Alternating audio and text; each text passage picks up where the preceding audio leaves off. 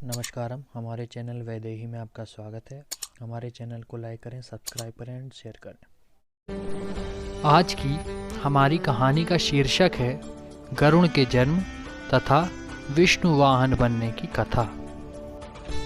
सत्ययुग की बात है। दक्ष प्रजापति की 2 कन्याएं थीं, कद्रु तथा विनिता। उनका विवाह कश्यप ऋषि से हुआ था। एक बार कश्यप अपनी धर्म पत्नियों से प्रसन्न होकर बोले, तुम्हारी जो इच्छा हो वर मांग लो। कद्रु ने कहा, 1000 समान तेजस्वी नाग मेरे पुत्र हों। विनिता बोली, तेज, शरीर और बल विक्रम में कद्रु के पुत्रों से श्रेष्ठ केवल 2 ही पुत्र मुझे प्राप्त हों। कश्यप जी ने एवमस्तु कहा। दोनों प्रसन्न हो गईं। सावधानी से गर्भ रक्षा करने की आज्ञा देकर कश्यप जी वन में चले गए।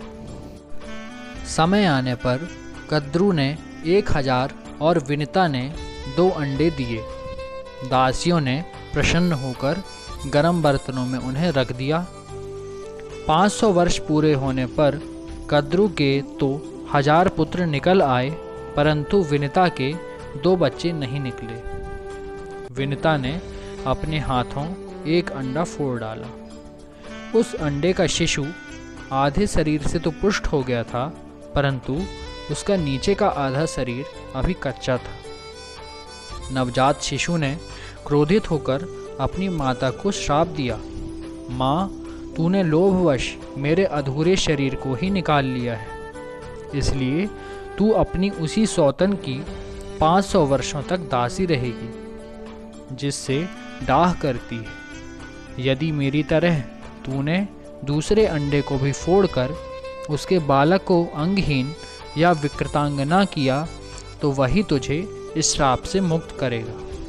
यदि तेरी ऐसी इच्छा है कि मेरा दूसरा बालक बलवान हो तो धैर्य के साथ 500 वर्षों तक और प्रतीक्षा कर। इस प्रकार श्राप देकर वह बालक आकाश में उड़ गया और सूर्य का सारथी बना। प्रातःकालीन लालिमा उसी की झलक है। उस बालक का नाम अरुण हुआ।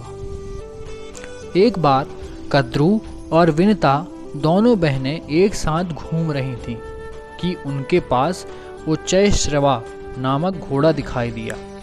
यह अश्वरत्न अमृत मंथन के समय उत्पन्न हुआ था और समस्त अश्वों में श्रेष्ठ, बलवान, विजयी, सुंदर, अजर, दिव्य एवं सब शुभ लक्षणों से युक्त था।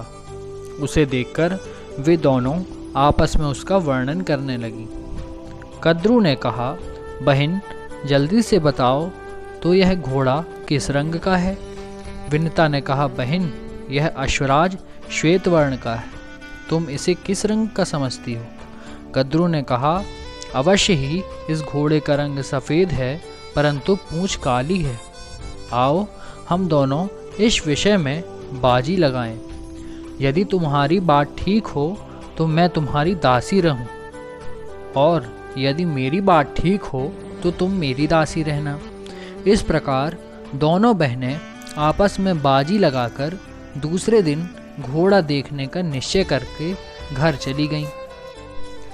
कद्रु ने विनिता को धोखा देने के विचार से अपने 1000 पुत्रों को आज्ञा दी कि पुत्रों, तुम लोग जाकर शीघ्र ही काले बाल बनकर उच्चैःश्रवा की पूंछ ढांक लो, जिससे मुझे दासी ना बनना पड़े। जिन सर्पों ने उनकी आज्ञा ना मानी, उन्हें उसने श्राप दे दिया, जाओ तुम लोगों की अग्नि जन्मेजय के सर्प यज्ञ में जलाकर भस्म कर देगा। यह देव संयोग की बात है कि कद्रु ने अपने पुत्रों को ही ऐसा श्राप दे दिया। यह बात सुनकर ब्रह्मा जी और समस्त देवताओं ने उनका अनुमोदन किया। उन दिनों पराक्रमी और विषैले सर्प बहुत प्रबल हो गए थे। वे दूसरों को बड़ी पीड़ा पहुंचाते थे। प्रजा के हित की दृष्टि से यह उचित ही हुआ। जो लोग दूसरे जीवों का अहित करते हैं, उन्हें विधाता की ओर से ही प्राणांत दंड मिल जाता है। ऐसा कहकर ब्रह्मा जी ने भी कद्रु की प्रशंसा की। कद्रु और विनिता ने आपस में दासी बनने की बाजी लगाकर बड़े रोष और आवेश में ही वह रात बिताई। दूसरे दिन प्रातःकाल होते ही निकट से घोड़े को देखने के लिए दोनों चल पड़ी। सर्पों ने परस्पर विचार करके यह निश्चय किया कि हमें माता की आज्ञा का पालन करना चाहिए। यदि मनोरथ पूरा न होगा तो वह प्रेम भाव छोड़कर रोषपूर्वक हमें जला देगी। यदि इच्छा पूरी हो जाएगी तो प्रसन्न होकर हमें अपने श्राप से मुक्त कर देगी। इसलिए चलो हम लोग घोड़े की पूंछ को काली कर दें। ऐसा निश्चय करके वे उच्चैश्रवा की पूंछ के बाल बनकर लिपट गए, जिससे वह काली जान पड़ने लगी। इधर कद्रू और विनिता बाजी लगाकर आकाश मार्ग से समुद्र को देखते देखते दूसरे पार जाने लगी। दोनों ही घोड़े के पास पहुंचकर नीचे उतर पड़ी।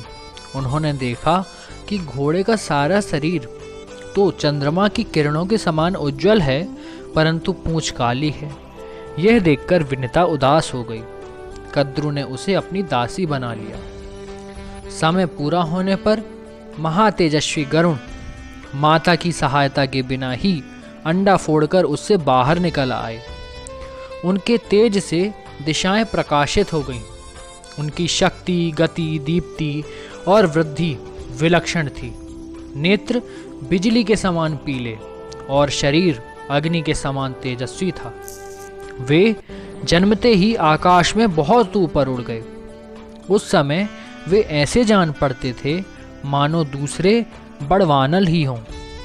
देवताओं ने समझा अग्निदेव ही इस रूप में ऊपर बढ़ रहे हैं। उन्होंने विश्व रूप अग्नि की शरण में जाकर प्रमाण पूर्वक कहा, अग्निदेव आप अपना शरीर मत बढ़ाइए।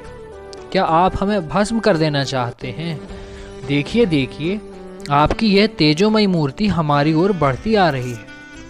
अग्नि ने कहा, देवगण यह मेरी मूर्ति नहीं है, ये विनिता नंदन परम तेजस्वी पक्षीराज गरुण है। इन्हीं को देखकर आप लोगों को भ्रम हुआ है। ये नागों के नाशक, देवताओं के हितैषी और असुरों के शत्रु हैं। आप इनसे भयभीत ना हों, मेरे साथ चलकर इनसे मिल लें। तब अग्नि के साथ जाकर देवताओं और ऋषियों ने गरुण की स्तुति की। देवताओं और ऋषियों की स्तुति को सुनकर गरुण ने कहा, मेरे भयंकर शरीर को देखकर जो लोग घबरा गए हैं वे अब भयभीत ना हो। मैं अपने शरीर को छोटा और तेज को कम कर लेता हूँ। सब लोग प्रसन्नतापूर्वक लौट गए। एक दिन विनिता अपने पुत्र के पास बैठी हुई थी। कद्रू ने उसे बुलाकर कहा, मुझे समुद्र के भीतर नागों का एक दर्शनीय स्थान देखना है, वहाँ तू मुझे ले चल। अब विनिता ने कद्रू को और गरुण जी ने माता की आज्ञा से सर्पों को अपने कंधों पर बैठा लिया और उनके अभीष्ट स्थान को चले। गरुण जी बहुत ऊपर सूर्य के निकट से चल रहे थे। तीक्ष्ण गर्मी के कारण सर्प बेहोश हो गए। कद्रू ने इंद्र की प्रार्थना करके सारे आकाश को मेघ से मंडित कर आच्छादित कर दिया। इसके बाद वर्षा हुई तथा सर्प सुखी हो गए। उन्होंने अभीष्ट स्थान पर पहुंचकर लवण सागर, मनोहर वन आदि देखा। यथेच्छ विहार किया और खूब खेल कूद कर गरुण से कहा, तुमने तो आकाश में उड़ते समय बहुत से सुंदर द्वीप देखे होंगे, अब हमें और किसी द्वीप में ले चलो। गरुण कुछ चिंता में पड़ गए। उन्होंने सोच विचार कर अपनी माता से पूछा कि माँ, मुझे सर्पों की आज्ञा पालन क्यों करनी चाहिए? विनिता ने कहा, बेटा, इन सर्पों के छल से मैं बाजी हार गई थी और दुर्भाग्यवश अपनी सौत कद्रू की दासी हो गई। अपनी माता के दुख से गरुण भी बड़े दुखी हुए। उन्होंने सर्पों से कहा, सर्पगण, ठीक ठीक बताओ, मैं तुम्हें कौन सी वस्तु ला कर दूँ? किस बात का पता लगा दूँ? अथवा तुम लोग का कौन सा उपकार कर दूँ जिससे मैं और मेरी माता तुम्हारे दासत्व से मुक्त हो जाएं? सर्पों ने कहा, गरुण, यदि तुम अपने पराक्रम से हमारे लिए अमृत ला दो तो हम तुम्हें और तुम्हारी माता को दासत्व से मुक्त कर देंगे। सर्पों की बात सुनकर गरुड़ ने अपनी माता विनता से कहा, माता, मैं अमृत लेने के लिए जा रहा हूँ। ऐसा कहकर गरुड़ ऊपर की ओर उड़े। उस समय देवताओं ने देखा कि उनके यहाँ भयंकर उत्पात हो रहे हैं। देवराज इंद्र ने बृहस्पति जी के पास जाकर पूछा, भगवान, यकायक बहुत से उत्पात क्यों होने लगे हैं? कोई ऐसा शत्रु तो दिखाई नहीं पड़ता जो मुझे युद्ध में जीत सके। बृहस्पति जी ने कहा, इंद्र, तुम्हारे अपराध और प्रमाद से तथा महात्मा वालखिल्य ऋषियों के तपोबल से विनता नंदन गरुड़ अमृत लेने के लिए यहाँ आ रहे हैं। वह आकाश में स्वच्छंद विचरता तथा इच्छानुसार रूप धारण कर लेता है। वह अपनी शक्ति से असाध्य कार्य को भी साध सकता है। अवश्य ही उसमें अमृत हर लेने की शक्ति है। बृहस्पति जी की बात सुनकर इंद्र ने अमृत के रक्षकों को सावधान कर दिया और कहा, देखो, परम पराक्रमी पक्षीराज गरुड़ यहाँ से अमृत लेने के लिए आ रहे हैं। सचेत रहो, यह बलपूर्वक अमृत न ले जाने पाए। सभी देवता और स्वयं इंद्र भी अमृत को घेरकर उनकी रक्षा के लिए डट गए। गरुड़ ने वहां पहुंचते ही अपने पंखों की हवा से इतनी धूल उड़ाई कि देवता अंधे से हो गए। वे धूल से ढककर मूढ़ से बन गए। सभी रक्षक आंख खराब होने से डर गए। वे एक क्षण तक गरुड़ को देख नहीं पाए। सारा स्वर्ग क्षुब्ध हो गया। चोंच और डैनों की चोट से देवताओं के शरीर जर्जरित हो गए। इंद्र ने वायु को आज्ञा दी कि तुम यह धूल का पर्दा फाड़ दो, यह तुम्हारा कर्तव्य है। वायु ने वैसा ही किया। चारों ओर उजाला हो गया। देवता उन पर प्रहार करने लगे। गरुड़ ने उड़ते उड़ते ही गरज कर उनके प्रहार सह लिए और आकाश में उनसे भी ऊंचे पहुंच गए। देवताओं के शस्त्रास्त्रों के प्रहार से गरुड़ तनिक भी विचलित नहीं हुए। उन्होंने उनके आक्रमण को विफल कर दिया। गरुड़ के पंखों और चोंचों की चोट से देवताओं की चमड़ी उधड़ गई। शरीर खून से लथपथ हो गया। वे घबराकर स्वयं ही तितर बितर हो गए। इसके बाद गरुड़ आगे बढ़े। उन्होंने देखा कि अमृत के चारों ओर आग की लाल लाल लपटें उठ रही हैं। अब गरुड़ ने अपने शरीर में 8100 मुंह बनाए और बहुत सी नदियों का जल पीकर उस धधकती हुई आग पर उड़ेल दिया। अग्नि शांत होने पर छोटा सा शरीर धारण करके वे और आगे बढ़े। सूर्य की किरणों के समान उज्जवल और सुनहरा शरीर धारण करके गरुड़ ने बड़े वेग से अमृत के स्थान में प्रवेश किया। उन्होंने वहां देखा कि अमृत के पास एक लोहे का चक्र निरंतर घूम रहा है। उसकी धार तीखी है। वह सहस्त्रों अस्त्र लगाए हुए है। वह भयंकर चक्र सूर्य और अग्नि के समान जान पड़ता है। उसका काम ही था अमृत की रक्षा करना। गरुड़ जी चक्र के भीतर घुसने का मार्ग देख रहे थे। एक क्षण में ही उन्होंने अपने शरीर को संकुचित किया और चक्र के आरों के बीच होकर भीतर घुस गए। अब उन्होंने देखा कि अमृत की रक्षा के लिए 2 भयंकर सर्प नियुक्त हैं। उनकी लपलपाती जीभें, चमकती आंखें और अग्नि की सी शक्ति कांति थी। उनकी दृष्टि से ही विष का संचार होता था। गरुड़ ने धूल झोंककर उनकी आंखें बंद कर दी। चोंचों और पंजों से मार मार कर उन्हें कुचल दिया। चक्र को तोड़ डाला और बड़े ही वेग से अमृत पात्र लेकर वहां से उड़ चले। उन्होंने स्वयं अमृत नहीं पिया, बस आकाश में उड़कर सर्पों के पास चल दिए। आकाश में उन्हें विष्णु भगवान के दर्शन हुए। गरुड़ के मन में अमृत पीने का लोभ नहीं है, यह जानकर अविनाशी भगवान उन पर बहुत प्रसन्न हुए और बोले, गरुड़, मैं तुम्हें वर देना चाहता हूँ, मनचाही वस्तु मांग लो।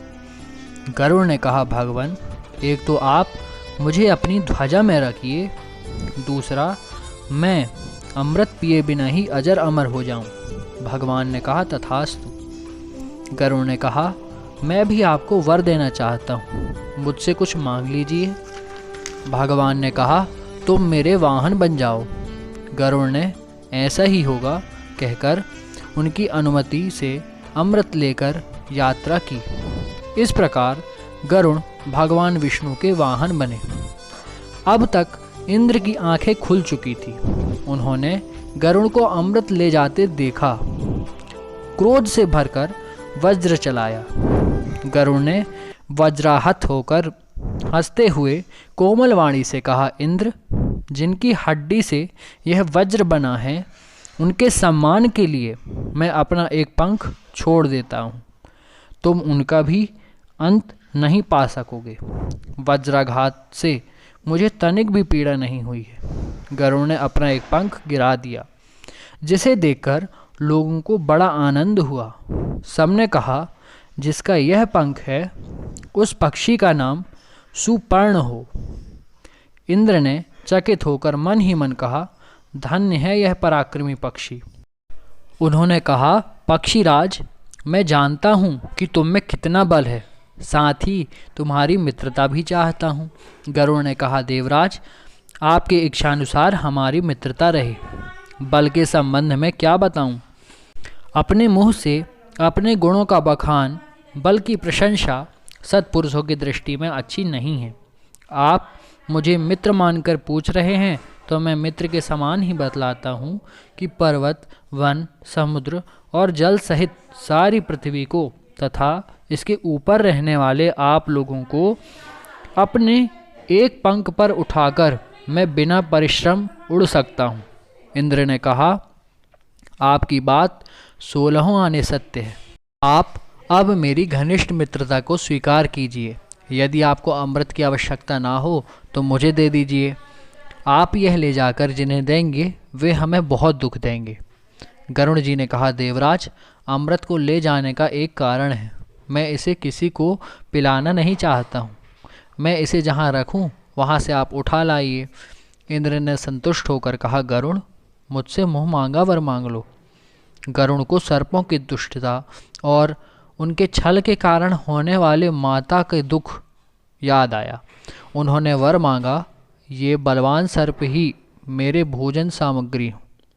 देवराज इंद्र ने कहा, तथास्तु। इंद्र से विदा होकर गरुड़ सर्पों के स्थान पर आए। वहीं उनकी माता भी थी। उन्होंने प्रसन्नता प्रकट करते हुए सर्पों से कहा, यह लो, मैं अमृत ले आया, परंतु पीने में जल्दी मत करो। मैं इसे कुशा पर रख देता हूँ। स्नान आदि से पवित्र हो लो, फिर इसे पीना। अब तुम लोगों के कथनानुसार मेरी माता दासीपन से छूट गई, क्योंकि मैंने तुम्हारी बात पूरी कर दी। सर्पों ने स्वीकार लिया। जब सर्पगण प्रसन्नता से भरकर स्नान आदि के लिए गए, तब इंद्र अमृत कलश उठाकर स्वर्ग में ले आए। मंगल कृत्यों से लौटकर सर्पों ने देखा तो अमृत उस स्थान पर नहीं था। उन्होंने समझ लिया कि हमने विनिता को दासी बनाने के लिए जो कपट किया था, यह उसी का परिणाम है। फिर यह समझकर कि अमृत कुशा में रखा हुआ था, इसलिए संभव है कि कुछ अंश उसमें लगा हो, तो सर्पों ने कुशा को चाटना शुरू कर दिया। ऐसा करते ही उनकी जीभ के 2 टुकड़े हो गए। अमृत का स्पर्श होने से कुश पवित्र माने जाने लगा। अब गरुड़ कृतकृत्य होकर आनंद से अपनी माता के साथ रहने लगे। वे पक्षीराज हुए। उनकी कीर्ति चारों ओर फैल गई और उनकी माता सुखी हो गई। यह कहानी महाभारत से ली गई है। धन्यवाद।